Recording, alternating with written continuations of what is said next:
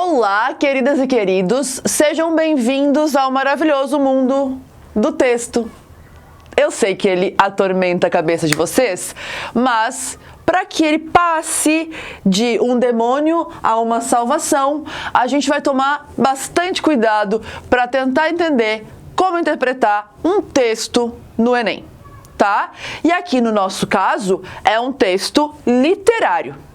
E a primeira coisa que a gente tem que lembrar é que existe texto literário, que é um texto subjetivo, um texto que traz muitas figuras de linguagem, um texto que vai brincar com a ficção, que vai usar muito mais liberdade de produção. Enquanto o texto não literário é um texto mais objetivo, comprometido com a realidade, mais verossímil, né? Que é o caso de, sei lá, notícia de jornal, por exemplo, ou então um artigo científico, tá? Então vamos começar pensando nisso. O que a gente vai ver agora é como interpretar esses textos que têm essa complexidade da subjetividade, que é o texto literário. Só que vamos tentar entender primeiro por que é tão difícil olhar para aqueles textos e interpretar da maneira certa. As dicas para a gente começar uma questão, acho que todo mundo já sabe, mas não custa relembrar. Olhem primeiro a questão e não o texto. Observem o que a chamada está pedindo para depois olhar o texto. Só que antes ainda de olhar o texto, vai lá no finalzinho e olha os créditos. Quem é o autor ou a autora? Que tipo de texto é? Está inserido em qual livro? Para a literatura, para os textos literários, saber o autor, o ano, em qual livro está inserido é muito importante. Por quê? Porque quando a gente estuda literatura, a gente estuda aquele processo histórico, né? Vamos estudar o autor daquela época, daquela parte histórica, com suas características daquele movimento. Esse estudo serve muito para a gente interpretar um texto literário. Porque se eu olho que lá embaixo está escrito assim, Clarice Lispector, A Hora da Estrela. Puxa da minha memória, o que eu sei da Clarice? Eu já aprendi na escola, eu já estudei para o Enem. O que eu sei da Hora da Estrela? Ah, aquele livro da Macabeia e tal. Saca? Isso é muito importante, porque nós, professores de literatura, passamos aí falando deles. É porque na hora de interpretar o texto, a gente pode usar esses conhecimentos prévios para facilitar a nossa interpretação. E aí, assim, por que eu falei disso aqui? Quando a gente fala que um texto, ele tem um contexto, é porque ele pressupõe várias coisas, tá? Por exemplo, sempre é uma questão cultural. Tem um cara aí, um filósofo, que chama Ezra Pound, que é um alemão, que ele dizia que o poeta é a antena do seu tempo. Isso significa o quê? Por mais que o cara seja descolado, massa, não sei o quê, blá, blá, blá, ele vai escrever com influências da existência dele, da vivência dele. Então, saber o período histórico em que alguém viveu, um escritor, uma escritora viveram, tá aí, tá na mão. Já ajuda a entender o contexto cultural. A classe social também pesa. Lima Barreto, quando falava da questão do Rio de Janeiro, falava sobre as classes populares. Já o Machado de Assis falava da burguesia. Não que ele fosse burguês, mas porque ele viveu mais tempo nesse espaço. Então, quando a gente vê que existe influência do momento histórico, do país que a pessoa vive, e a gente conhece aquela pessoa, fica muito mais fácil de sacar o que ela está trazendo pra gente, né? E aí, assim, até questões psicológicas. Falei pra vocês do Lima Barreto. Ele era um alcoolista, né? Ele chegou, né, a ser internado 2 vezes em função do alcoolismo. E essa coisa psicológica que envolve a dependência química pesa muito na análise que ele faz sobre um hospício. Olha que interessante. Então, a questão psicológica pesa porque muitas vezes os autores literários também jogam essas coisas, jogam os seus sentimentos pro poema, ou pro romance, ou pro conto que tá ali em questão, tá? E eu coloquei também a questão linguística aqui. Tem uma coisa, galera, que toda vez que vocês escutam um professor falar, vocês ficam meio pistola. tem que ler mais, tem que ler mais, tem que ler uma obra um pouco diferente, tem que procurar uma linguagem diferente, tem que se desafiar em alguma coisa. Por quê? Porque quanto mais arcabouço linguístico a gente tiver, quanto mais palavras a gente conhecer, expressões, é mais fácil, porque daí quando a gente pega um texto mais complicado, ah, não, eu conheço a palavra aqui, ah, não, eu consigo entender isso aqui, porque a gente vai ter alguma coisa, né, de carga linguística. Então, na hora do correrio, tá, Camila, não conheço a palavra, agora não li, faz o quê? Muito bem, pega o que está em volta. Não adianta ficar ali o que significa isso, o que significa isso, a não ser óbvio que no enunciado está pedindo o significado daquilo. Senão, não dá para noiar, né? Tinha que ter noiado antes. Então, olha sempre o que está em volta da palavra. Lê a frase anterior, a frase depois, porque aí talvez você consiga entender o que ela signifique, só pelo contexto das frases, tá? E eu botei, né, o sentido histórico, que está bastante aqui ligado ao sentido cultural. Vamos lá entender algumas coisinhas. Claro que a gente tem uma média de 3 minutos para responder cada questão dentro do Enem, né? Não é fácil, principalmente porque a gente precisa ler um texto, às vezes são uns textões gigantes e precisa raciocinar. Só que a gente não pode usar a tática de vou pular essa questão correndo porque eu não entendi o texto. Sempre que acontecer da gente não entender, para ser rápido, vai dar uma porcariazinha, né? Então, quando o texto parece muito complicado, além das dicas que eu dei aqui no início da aula sobre olhar o autor, trazer à memória os dados culturais e todo o contexto, é legal pensar nisso aqui. Perceber palavras-chave. Tia Camila, como eu entendo palavras-chave? Entende quando a gente tem um foco com palavras que se repetem ou palavras que são sinônimos, ou quando existem muitos antônimos sobre essa palavra. E tem uma outra tática de descobrir as palavras importantes, que é quando tudo está colocado para cá. Ah, é que tem um substantivo próprio, por exemplo, e aí começa assim, é bonito, é chato, é inteligente, tá vendo? Tudo voltado para uma palavra só, caracterizando uma palavra só. Isso ajuda porque entendi as palavras-chave, talvez elas estejam repetidas na resposta correta da questão. Aqui, perceber a intencionalidade. Normalmente, se alguém pergunta assim, ô Camila, o que esse cara quis dizer com esse texto? Eu vou dizer, não tenho ideia, tu pergunta para ele.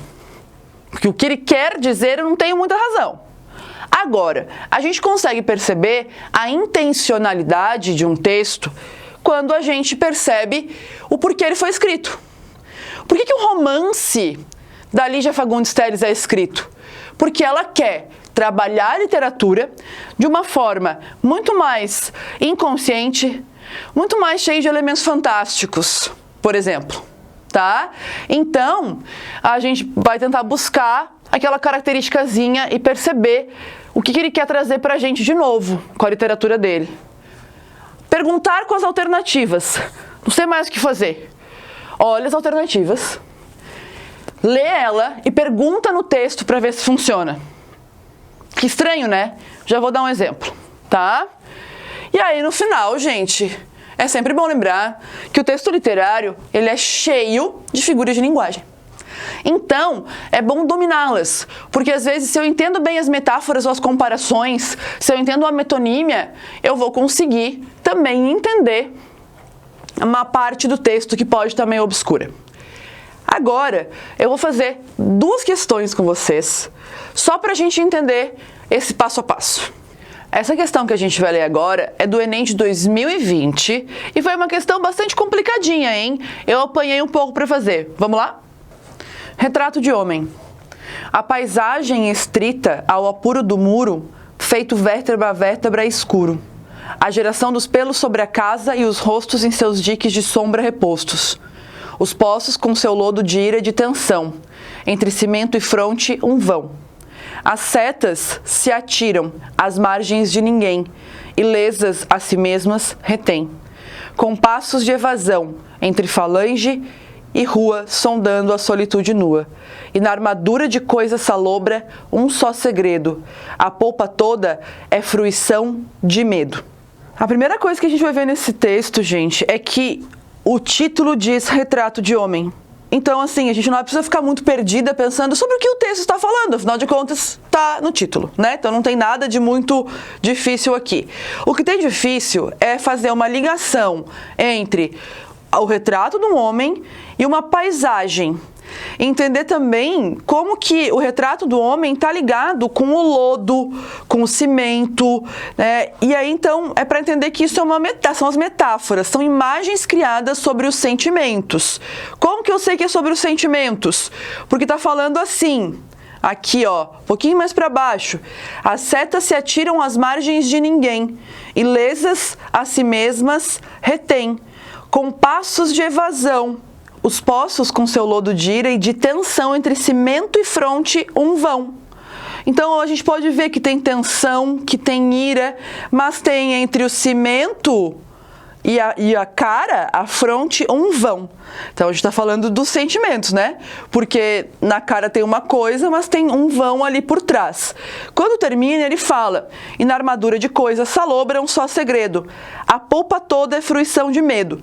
Polpa aqui é uma relação com algo que é interno, né? Que está dentro de algo.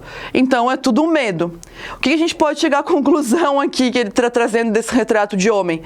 A gente percebe que esse homem esconde dentro de si todos os seus sentimentos, né? E coloca um retrato de cimento, de força. Então vamos ver a questão. Fiz errado aqui, né? Li primeiro o texto. Mas assim, é só para um teste mesmo. Vocês vão ler primeiro a questão. Vamos lá, ele fala assim: no poema, a descrição lírica do objeto representado é orientada por um olhar que... Ele quer que a gente consiga entender a questão lírica, que é a questão poética, do objeto representado, que é o homem, e é orientado por um olhar específico, tá? Aqui, a gente vai ter como resposta correta A, que fala: desvela sentimentos de vazio e angústia sob a aparente austeridade. Quer dizer, ele mostra pra gente que aquele homem mostra uma coisa pro mundo e tem outro sentimento internamente. Deu para sacar aqui os meandros? Agora vamos finalizar com o nosso querido, maravilhoso, perfeito, incrível Machado de Assis, né? Figurinha maravilhosa, carimbada na nossa prova. Pessoal, vamos começar então fazendo aquele passo a passo correto? Vamos dar uma lida no que o enunciado da questão nos traz. Olha ali. No fragmento, o narrador adota um ponto de vista que acompanha a perspectiva de Fortunato. O que singulariza esse procedimento narrativo é o registro da... Pois muito bem. O que eu preciso saber?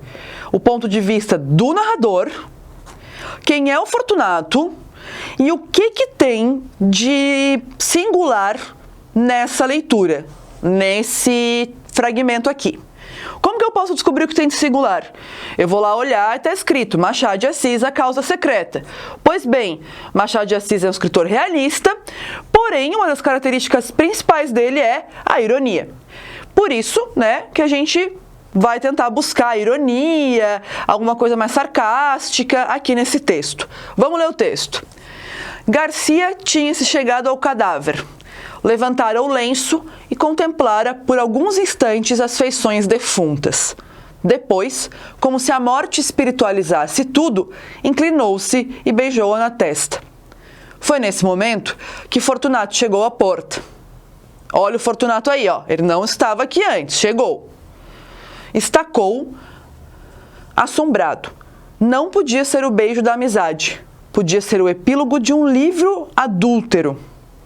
Entretanto, Garcia inclinou-se ainda para beijar outra vez o cadáver, mas então não pôde mais. O beijo rebentou em soluços e os olhos não puderam conter as lágrimas que vieram em borbotões. Lágrimas de amor calado e irremediável desespero. Fortunato à porta, onde ficara, saboreou tranquilo essa explosão de dor moral que foi longa, muito longa, deliciosamente longa. não é nenhuma novidade que o Machado gosta de personagens complexos. E a figura aqui do Fortunato é uma figura que se deliciou com um amigo caindo em lágrimas. E principalmente se deliciou com a cena que para ele era quase adúltera de uma mulher morta, né? Uma mulher morta levando um beijo de um homem vivo. Percebam que existe aqui uma inclinação, né, ao macabro. Então, essa é a peculiaridade narrativa, tá? É isso que ele está procurando ali. Vamos ver o que acontece com as respostas. A única possibilidade, gente, é a D, que fala assim: prazer da personagem em relação ao sofrimento alheio. Uma diquinha aqui. Essa questão não poderia ser sobre os ciúmes, porque nós não temos nenhum dado de qual é o tipo de relação que cada personagem tem um com o outro. Ah, professora, mas eu conheço a causa secreta, eu sei. Não importa o que a gente conhece do livro, do conto, que não seja o fragmento que está apresentado ali. Tá? Pode parecer ciúme, né? Pode dar uma confusão em relação aos ciúmes, mas como a gente não tem esse dado no texto apresentado na prova, a gente não tem como fazer essa afirmação. Certo, gente? Um abração para vocês. Cuidem-se, leiam e interpretem. Até mais!